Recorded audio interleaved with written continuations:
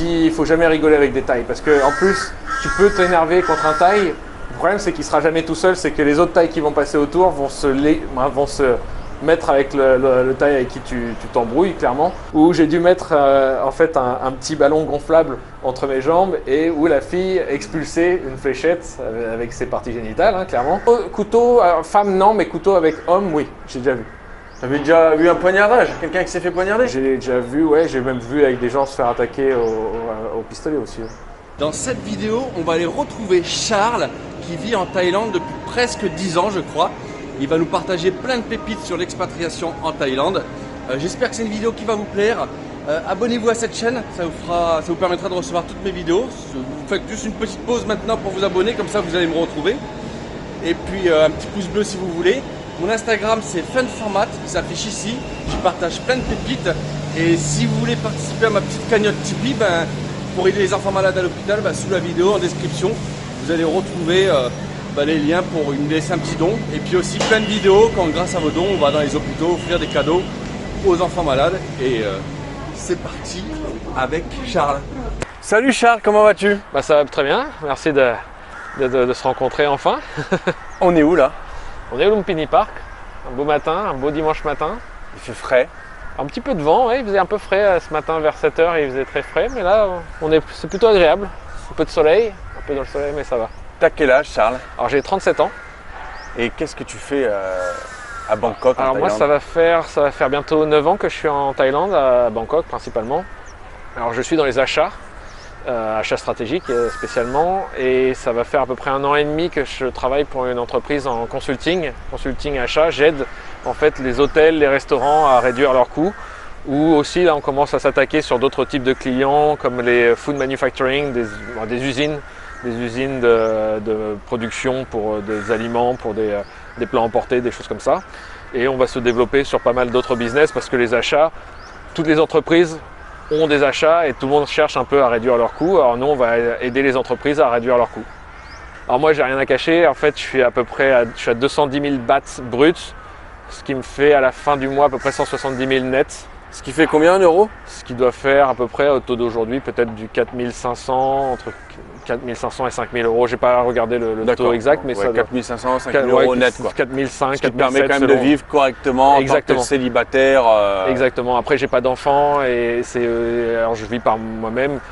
C'est vrai que tous les mois, depuis que je suis ici, tous les mois, je mets quasiment facilement presque du 2000 euros de côté tous les mois. Entre 2000 et 3000 euros de côté tous les mois. Tu fais quoi? Tu es dans un hôtel? Tu es dans un condominium? Je suis dans un condominium depuis que je suis arrivé. T'as acheté? Non, je loue depuis que je suis arrivé. Tu loues combien? Alors je loue à 25 000 bahts hors charge pour 85 mètres carrés de chambre, de salle de bain. Oh, tu te fais plaisir, dis 85 mètres carrés. Après, c'est pas mal. Attends, pour un mec seul, 85 mètres carrés. Tu m'as dit 25 000 bahts, ça fait du 600 euros à peu près. Voilà, avec les charges, en rajoutant un peu, ça fait, je paye du 28 000, 29 000 par mois avec l'électricité, si je compte électricité, donc ça te fait quand même, tu te fais quand même plaisir, ça te fait quand même un beau loyer à 800-900 balles, voilà. 800-900 euros, tu te fais quand même plaisir là. T'es à combien d'étages? Moi, je suis au 47e étage. Alors ça, c'est au 47e étage. 47e étage. Alors c'est vrai que la vue est sympa, faut pas avoir le vertige.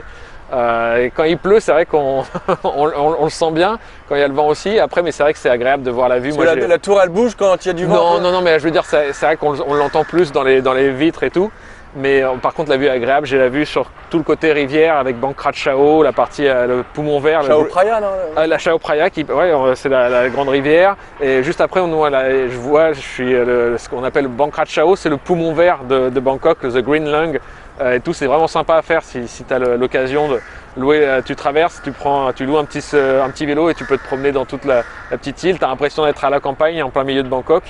Et j'ai cette vue là, avec aussi la vue du port. En fait, ma vue va du côté Onnoot jusqu'au côté Sathorn, où je vois dans un coin la Manakorn Tower et tout. Alors c'est assez large, mais j'ai une vue énorme que je pourrais partager en photo aussi, mais on pourra faire une prochaine vidéo directement de mon balcon. C'est assez agréable. Avec plaisir. Tu manges où? Plutôt resto, plutôt chez toi, plutôt street food? Alors quand c'est non, je mange 95. Moi j'adore cuisiner. Alors 95% du temps, c'est vrai que je cuisine. Ah bon? Ouais, C'est rare, ça, hein. C'est rare, mais c'est vrai que j'ai toujours cuisiné par moi-même depuis que je suis très jeune. Et vu que j'ai commencé à étudier jeune et que j'étais tout seul aussi à vivre tout seul, alors tout de suite on est obligé de se débrouiller, de devenir indépendant beaucoup plus tôt. Et tu cuisines quoi alors du coup? Alors je cuisine un peu de tout, c'est vrai que ça va être plus occidentalisé. Je mange beaucoup western, je cuisine beaucoup western.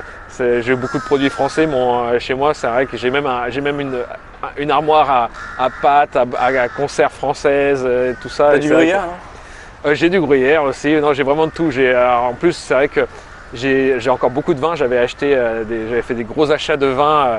J'avais acheté la première fois 200 bouteilles, la deuxième fois 300 bouteilles. T'es pas dans les achats pour rien, quoi. Voilà, c'est ça. Alors dès que je peux trouver un bon plan et puis faire des bonnes économies, souvent c'est un peu la vie professionnelle qui teint sur la vie personnelle. Mais j'ai le côté encore bon côté franchouillard. J'aime bien manger. J'ai encore pas mal.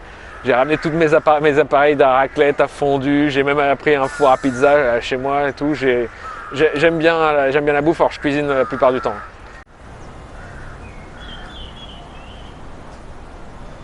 Petit challenge très rapide, très court. Apprends-nous 3 mots en thaï. 3 mots. Ah, Mais pas le sawadee-kap ou kapun-kap. Quelque chose d'un peu plus. Voilà. bah, les phrases que je dis le plus, ça va être Pun pasada thai nit noi. Je parle un petit peu thaï. Bon, je comprends un peu le Ah thaï. bon, comment que tu dis? Pun pasada thai nit noi. Oh la vache, tu l'as bien appris celui-là. Ouais, encore, je suis pas sûr que ma prononciation soit super, mais bon, c'est à peu près pour dire. Je parle un petit peu thaï ou quelque chose comme ça. Alors les gens, souvent ça les fait sourire les thaïs, mais ils ont compris que ça peut aller, mais que voilà, c'est un tout petit peu. Ou après c'est kochai, je le comprends. Genre j'ai compris, quelque chose comme ça, kochai. Dis-moi que je suis beau. Dis-moi que je suis beau. Là c'est beaucoup trop, c'est beaucoup trop élevé. On dit kun so hide. Kun so Ok, bah là hide. tu me l'apprends. Tu vois, tu me l'apprends. Normalement, si je le dis à peu près bien. Peut-être. Après normalement. c'est vrai que j'ai jamais appris le thaï. C'est vrai qu'en 9 ans, j'ai jamais appris le thaï. Mes entreprises me disaient toujours de parler anglais avec mes associés thaï. Et ton plat préféré en Thaïlande? Je pense que c'est le massaman. J'adore le Comment massaman. c'est Massaman. Le curry massaman. C'est un peu indien ça, non? C'est un peu de tout parce que je crois qu'aussi en Malaisie, ils en mangent avec les cacahuètes et tout. Après, sinon, c'est pur thaï, on va dire. Ça doit se jouer. J'adore le green curry. Green curry. Mais c'est très fort ça. Ouais, Oh, mais toi t'aimes j'adore. bien épicé toi. Ah ouais, je mange très épicé. Ouais. Ah, t'as de la épicé. chance. Ah oui, non, moi je mange très épicé. Ouais. Même plus épicé que mes collègues thaï. Comment ça se fait ça? Je sais pas, j'ai toujours aimé épicer depuis très longtemps et même à Singapour, je mangeais toujours très épicé. Je faisais des challenges d'épices avec mes amis qui ils me Ça pariaient vient de des- où? Tes parents épicés? Non, pas du tout. Mes parents, ils mangent pas du tout épicé. Même à part la moutarde, ça s'arrête à ça. T'as le palais comme ça, direct. Ouais, T'as de la chance, hein? Même quand j'étais plus jeune, je cuisinais très épicé à chaque fois. J'aime ça. Ouais, j'aime le côté épicé. Ouais. T'as vraiment de la chance. Paraît-il qu'il est difficile de s'énerver en Thaïlande, que les Thaïlandais ne s'énervent pas facilement. Qu'est-ce que tu en penses de ça? Est-ce que toi, tu t'es déjà énervé ici et que c'est mal passé? T'as une histoire non, à nous raconter, non? À moi-même, non. Mais c'est vrai qu'on va dire que non, les Thaïs peuvent très vite s'énerver, surtout quand on est étranger.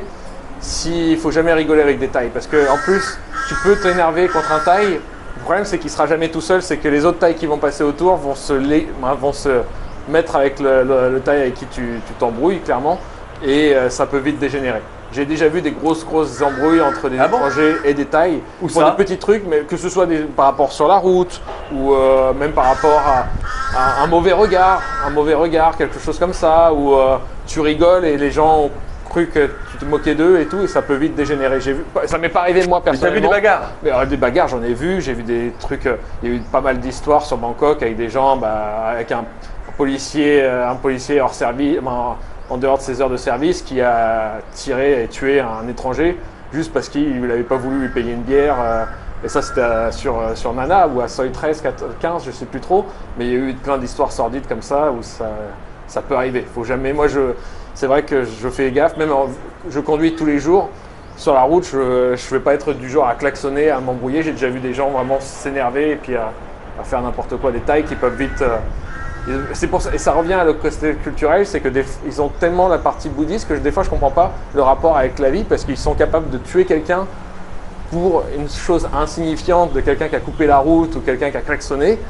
Et ça me sidère. Et les bagarres, tu les as vues où? De tes propres yeux? J'en ai vu. Où ça? Alors j'en ai vu du côté un peu les coins, genre Nana, j'en ai Toi, vu. tu fréquentes beaucoup les coins chauds, toi? Non, T'es célibataire en même temps? Non, mais alors pour le coup, non, j'étais vraiment avec des groupes d'amis, ou même après manger, des choses comme ça, et pas tard, même en pleine journée, j'ai déjà vu des bagarres à 4 h de l'après-midi, même dans des coins un peu. C'était quoi, entre étrangers ou? Non, c'est souvent. Alors c'est très souvent entre tailles. Alors souvent les histoires un peu d'adultère entre tailles. Alors ça, on le voit souvent. Et ça, dans n'importe quelle rue, ça peut arriver que la femme ou le monsieur a un peu fait des conneries et qu'il y a des règlements de compte. Mais c'est vrai que j'ai vu pas mal d'histoires entre des étrangers ou étrangères avec des tailles. Des femmes, même des femmes, des filles, des femmes étrangères occidentales se battre avec des femmes Coup de tailles. poing, coup de couteau, non? T'as vu ça? Couteau, femme non, mais couteau avec homme, oui, j'ai déjà vu. T'avais déjà vu un poignardage? Quelqu'un qui s'est fait poignarder? J'ai déjà vu, ouais, j'ai même vu avec des gens se faire attaquer au pistolet aussi. Ça peut. Ici en Thaïlande? En Thaïlande, oui. Ça, c'est vrai que. On va dire que c'est pas commun, en France, c'est beaucoup plus médiatisé, on a un peu plus cette peur-là. Ici, c'est quand même assez rare. Et souvent, quand il y a des histoires comme ça de sordides avec flingues et règlements de compte, c'est souvent très souvent à 95% du temps, c'est entre tailles. Mais j'ai déjà vu des histoires un peu plus sordides où des Thaïs attaquaient des étrangers ou des étrangers un peu trop en confiance ou un peu trop alcoolisés prenaient un peu trop la confiance et se faisaient attaquer après par les Thaïs. Et avec ton expérience, est-ce que tu peux nous raconter qu'est-ce qui se passe dans un ping-pong show? Alors j'y suis allé une seule fois avec mon ancienne copine et c'était elle qui avait vraiment voulu, qui a insisté pour y aller. Alors c'est vrai que c'est marrant, c'est un spectacle on va dire, mais bon. C'est pas. Qu'est-ce qu'on y voit? Parce que c'est quoi ça? Il y a des gens qui sont curieux avant d'y aller. C'est vrai que là, nous, quand j'étais allé avec. C'est comme je disais, c'était mon ex qui avait voulu y aller pour voir de ses propres yeux et on y était allé vraiment parce qu'elle a insisté. Alors c'est assez particulier. Moi j'ai eu le droit, on va dire, peut-être à tout l'ensemble de toute la panoplie des jeux ou des activités de ce genre d'endroit, où j'ai dû mettre en fait un petit ballon gonflable entre mes jambes et où la fille expulsait une fléchette avec ses parties génitales, hein, clairement, et où elle atteignait la cible du ballon entre mes jambes. Elle t'a lancé une fléchette Voilà. entre tes jambes? Indirectement, oui. Après, j'avais une protection, mais j'avais un petit ballon gonflable. C'est ça la protection? Non, la protection, c'est qu'il donne une sorte de petit panier. Et puis après, tu as le ballon qui est dans le panier et ils envoient la fléchette. Alors, c'était un peu protégé quand même. C'était pas vraiment pile dessus, mais c'était vraiment quasiment entre mes jambes, au niveau entre mes genoux, on va dire. Mais et elle, avec une précision extrême, ouais, c'est vrai qu'on voit qu'il y avait de la pratique. Et elle lance une flèche? Avec une fléchette, ouais. Et comment elle fait pour lancer sa fléchette?